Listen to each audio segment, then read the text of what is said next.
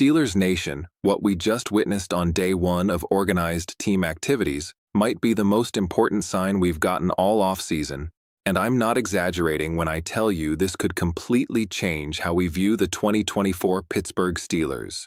If you want daily Steelers breakdowns, rumors, analysis, and everything happening in the black and gold universe, smash that subscribe button right now, because what went down at the UPMC Rooney Sports Complex is sending shockwaves through the entire AFC North, and you need to hear every single detail.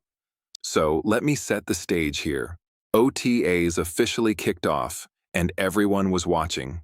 Cameras everywhere, reporters taking notes, fans desperate for any glimpse of what this team is going to look like under the new offensive regime with Arthur Smith calling plays and either Russell Wilson or Justin Fields under center. The energy around this team right now is unlike anything we've felt in years.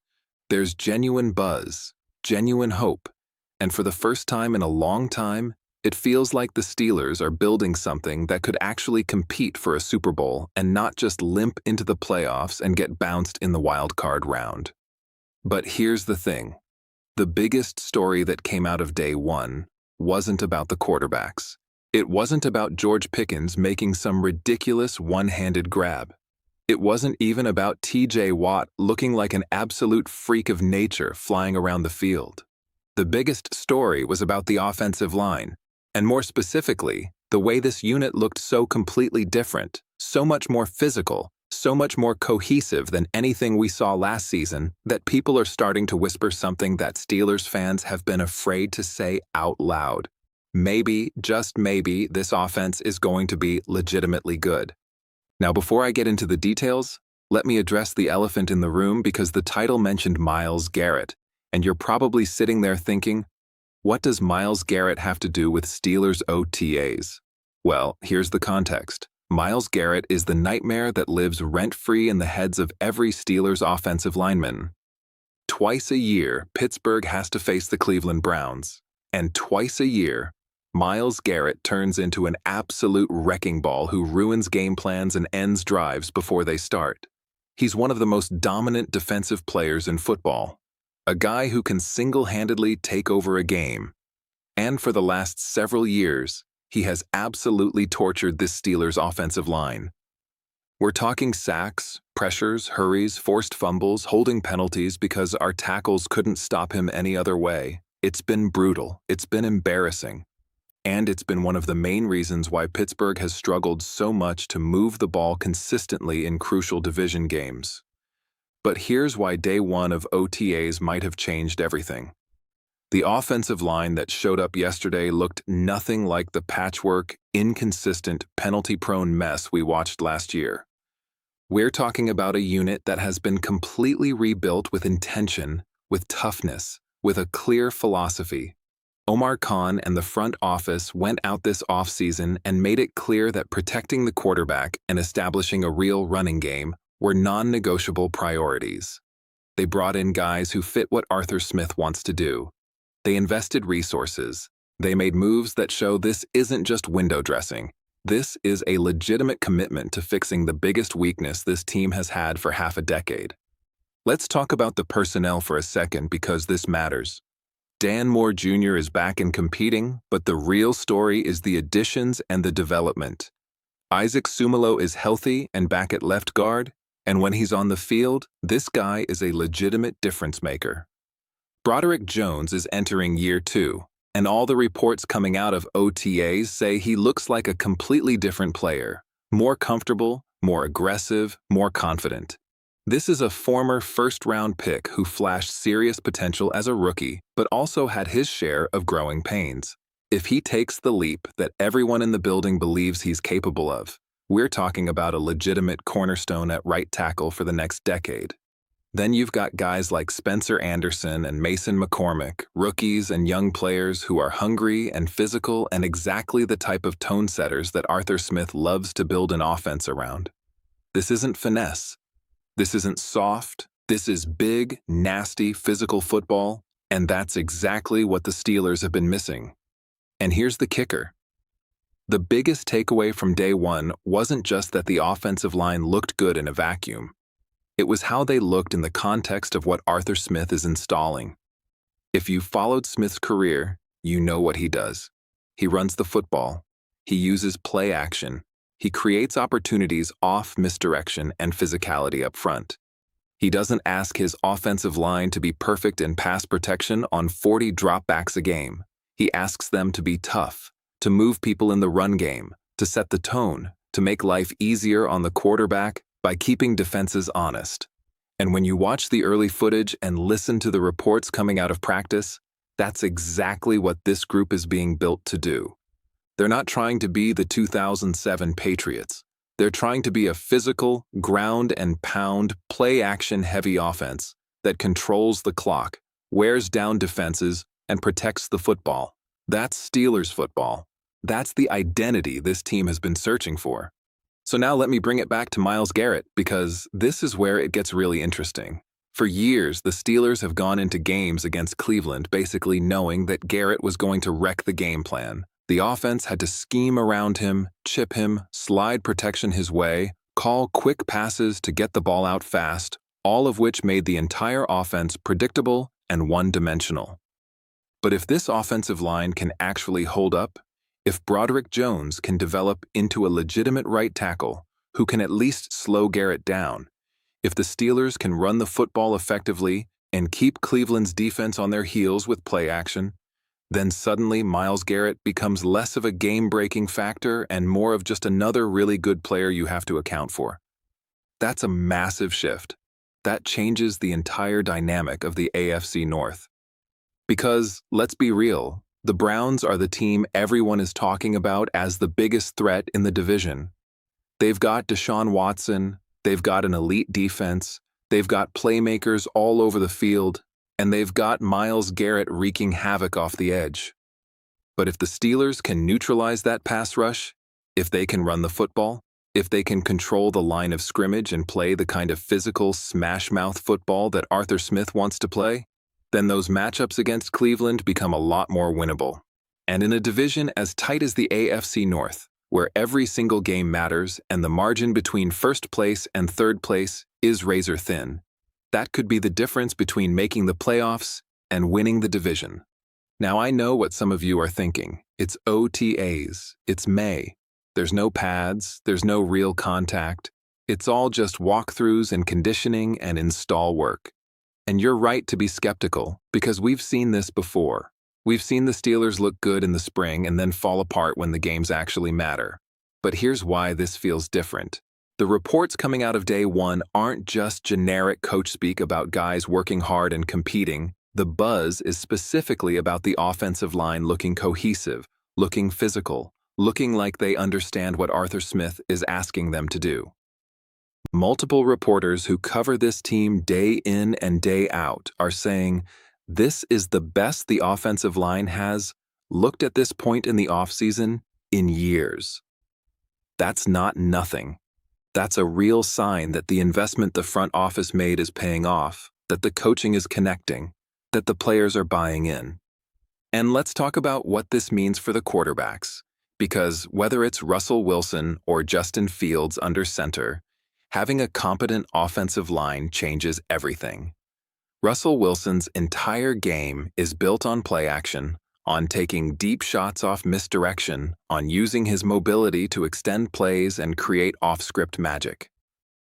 But he can't do any of that if he's getting hit every other drop back. Justin Fields is one of the most dynamic athletes in the NFL, a guy who can kill you with his legs and his arm, but he's also a young quarterback who needs time to process, to go through his reads, to develop timing with his receivers. If the offensive line can give either one of these guys a clean pocket and open up running lanes for Najee Harris and Jaylen Warren, then this offense has a legitimate chance to be dangerous. Not just competent, not just good enough to squeak into the playoffs, but actually dangerous. Think about what Arthur Smith did in Tennessee with Ryan Tannehill and Derrick Henry. He built an offense that wasn't flashy, that didn't put up video game numbers, but that controlled games, that wore teams down, that made life miserable for defenses because they had to respect the run and then got killed on play action. Now imagine that same philosophy, but with better weapons. George Pickens is more explosive than any receiver Smith had in Tennessee. Pat Freiermuth is a matchup nightmare at tight eye. Najee Harris and Jaylen Warren are a 1-2 punch that can punish defenses for 4 quarters. And if the offensive line can actually hold up, if they can create movement in the run game and give the quarterback time to let those deep shots develop, this offense could be the perfect blend of physicality and explosiveness. But let's not get ahead of ourselves, because there are still questions. Broderick Jones is still young and still developing. The interior of the line is solid but not elite. Dan Moore has been a liability at times. There are depth concerns, and one injury could throw the whole thing into chaos. And we still don't know who the starting quarterback is going to be, which makes it hard to fully evaluate what this offense is capable of. Russell Wilson brings experience and a Super Bowl pedigree, but he's also coming off one of the worst seasons of his career, and there are real questions about whether he has anything left in the tank. Justin Fields brings youth and upside and the kind of dynamic playmaking ability that can cover up a lot of flaws, but he's also inconsistent and turnover-prone and still learning how to be a true franchise quarterback. So here's where we're at. Day 1 of OTAs gave us the first real glimpse of what the 2024 Steelers are going to look like, and the biggest takeaway is that the offensive line might actually be good enough to support whatever this offense is trying to become. And if that's true, if the Steelers can actually protect the quarterback and run the football and execute Arthur Smith's vision, then a lot of the things we've been worried about, the things that have held this team back for years, suddenly become a lot less scary. Myles Garrett is still Myles Garrett. He's still going to be a problem. But maybe, just maybe, he's not the game-wrecking, offense-destroying force that he's been in years past. Maybe the Steelers finally have the personnel and the scheme to limit his impact and win those divisional battles. And that's what makes this so exciting, because for the first time in a long time, it feels like the Steelers aren't just hoping to survive. They're not just trying to sneak into the playoffs with a 9-8 record and pray for a miracle. They're actually building something. They're committing to an identity. They're investing in the trenches. They're putting together a roster that fits what the coaching staff wants to do. Mike Tomlin has been preaching physicality and toughness for years, and now Omar Khan and the front office are giving him the pieces to actually play that way. Arthur Smith is installing an offense that plays to the strengths of this roster and hides the weaknesses. The defense is still one of the best units in football, with TJ Watt and Minkah Fitzpatrick and Cameron Hayward leading the way. Everything is aligning. But here's the reality check. It's May. It's OTAs. We haven't seen these guys in pads. We haven't seen them in a real game. We haven't seen how they respond when Myles Garrett is actually coming full speed off the edge, when the lights are on, when the pressure is real. Day 1 gave us hope, gave us a reason to believe that maybe this offensive line can be the foundation that this team desperately needs. But hope doesn't win football games. Execution does. Consistency does. And the Steelers have to prove over the course of training camp, the preseason, and the regular season that this isn't just a mirage, that this is real, sustainable improvement. The other thing to keep in mind is that the AFC North is absolutely brutal. The Browns have a stacked roster and are going all in. The Bengals have Joe Burrow and one of the most explosive offenses in the league when healthy. The Ravens have Lamar Jackson and are always going to be a nightmare to deal with. This division doesn't give you anything for free. Every single game is a war. And if the Steelers want to compete for a title, they're going to have to beat these teams head-to-head. That means winning in Cleveland. That means finding a way to slow down Lamar. That means going toe-to-toe with Joe Burrow in shootouts. And all of that starts with the offensive line being able to hold up against elite defensive fronts. So what does this all mean moving forward? It means that OTA Day 1 was exactly what Steelers fans needed to see. It was a sign that the off-season moves weren't just for show, that the coaching staff has a real plan, that the players are buying in and executing. It means that the offensive line, the unit that has been the biggest question mark on this entire roster, might actually be good enough to let this offense reach its potential. And it means that the things we've been terrified of, like facing Myles Garrett twice a year and getting dominated in the trenches, might not be as terrifying anymore. But it also means the pressure is on, the expectations are rising. Steelers fans are starting to believe again, and that means if this team falls short, if the offensive line regresses, if the quarterbacks struggle, if the offense looks like the same predictable mess it's been for the last few years, the disappointment is going to hit even harder. Mike Tomlin has never had a losing season, but he also hasn't won a playoff game since 2016. Omar Khan made aggressive moves this offseason to try and push this roster over the edge. Arthur Smith was brought in specifically to fix the offense. The margin for error is shrinking and the stakes are getting higher. The beautiful thing about football is that we don't have to wait forever to find out what this team really is. Training camp is coming, preseason games are coming, and then week 1 hits, and we'll see if the Steelers can back up all this optimism with actual results. But for now, for this moment, day 1 of OTAs gave us something we haven't had in a while. It gave us legitimate hope that this offensive line can be the foundation of a winning football team.